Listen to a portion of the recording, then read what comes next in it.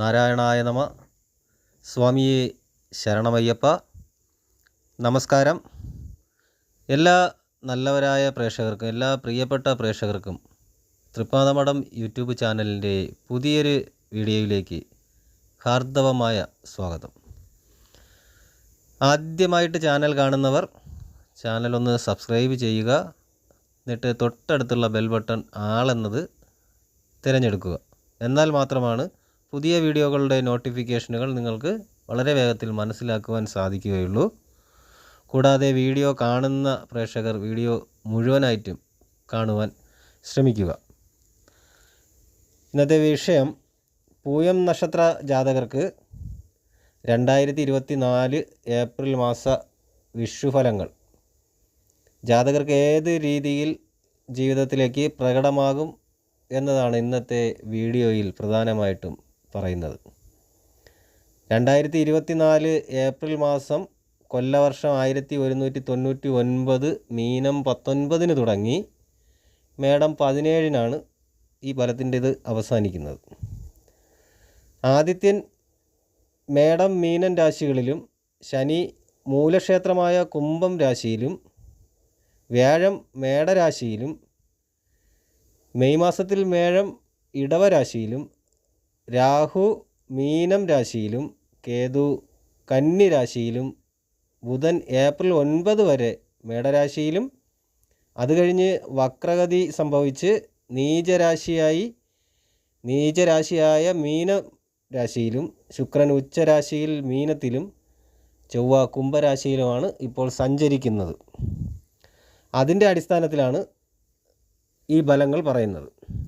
പൂയം നക്ഷത്ര ജാതകർക്ക് ഇപ്പോൾ അഷ്ടമത്തിൽ ശനിയും കുജനും തുടരുന്ന, അല്ലാതെ ചൊവ്വയും തുടരുന്ന ഒരു സമയമാണ്. അത്ര നല്ല അനുഭവങ്ങൾ ആയിരിക്കില്ല ഉണ്ടാകുന്നത്. ജീവിതത്തിലേക്ക് ആദ്യം കടന്നു വരുന്നത് അത്ര നല്ല അനുഭവങ്ങൾ ആയിരിക്കുകയില്ല. യഥാവിധി ശനി കുജദോഷ പരിഹാരങ്ങൾ വിധിപ്രകാരം ചെയ്യുക, യഥാവിധി വഴിപാടുകൾ ചെയ്യുക. ഇതിൽ പ്രധാനമായും സംഭവിക്കുന്നത് എല്ലാ കാര്യങ്ങളിലും തടസ്സങ്ങൾ ഉണ്ടാവുക എന്നുള്ളതാണ്. ഏത് കാര്യത്തിലോട്ടിറങ്ങിയാലും തടസ്സങ്ങൾ മാത്രമായിരിക്കും വന്ന് ഭവിക്കുന്നത്.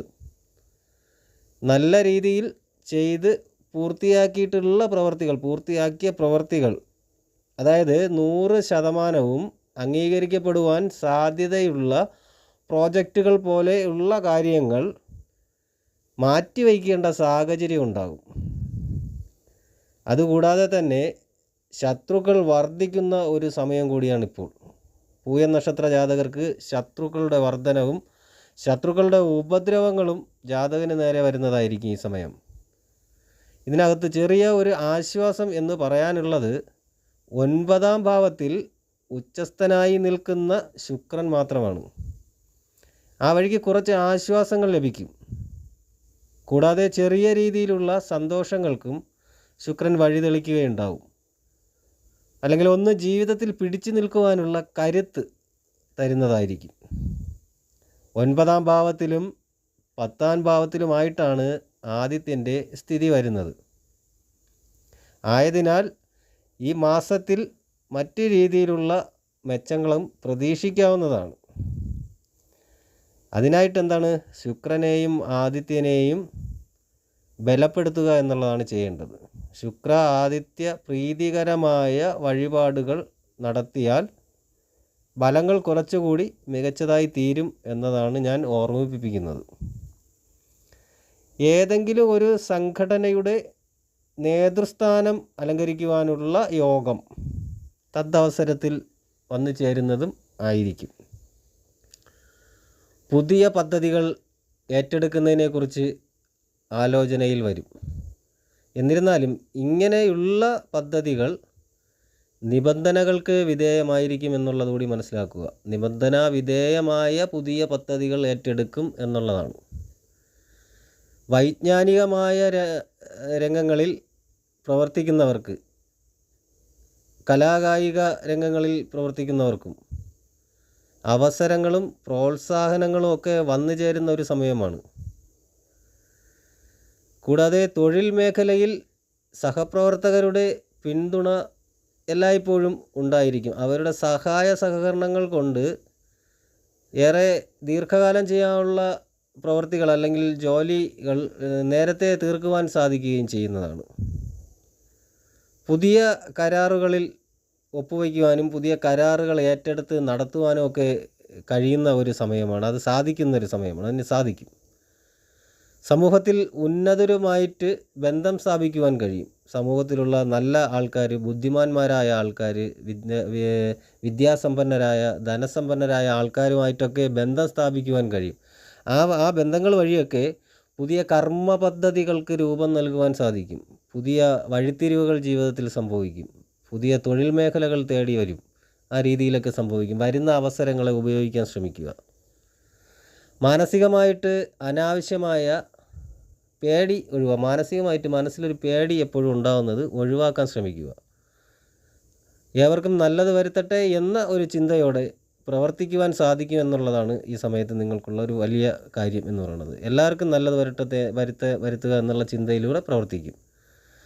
വിദ്യാർത്ഥികൾക്കാണെങ്കിൽ തൃപ്തികരമായ രീതിയിൽ പരീക്ഷകൾ എഴുതുവാൻ സാധിക്കും എന്നുള്ളതാണ്. മക്കളുടെ ആവശ്യങ്ങൾ സാധിച്ചു കൊടുക്കുവാൻ ഈ അവസരത്തിൽ സാധിക്കുന്നതാണ്. സന്താനങ്ങളുടെ ആവശ്യങ്ങൾ നടത്തി കൊടുക്കുവാൻ സാധിക്കും. അവിസ്മരണീയമായ മുഹൂർത്തങ്ങളിൽ ചേർന്ന് പങ്കെടുക്കുവാനുള്ള അവസരങ്ങൾ ഉണ്ടായി വരും. ഇങ്ങനെയൊക്കെയുള്ള കാര്യങ്ങൾ ഈ രീതിയിൽ ആയിരിക്കും പൂയം നക്ഷത്ര ജാതകർക്ക് വിഷുഫലം സാധ്യമാകുന്നത്. ഈ പറഞ്ഞ കാര്യങ്ങളെല്ലാം ജാതകർക്ക് മനസ്സിലായി കാണുമെന്ന് കരുതുന്നു.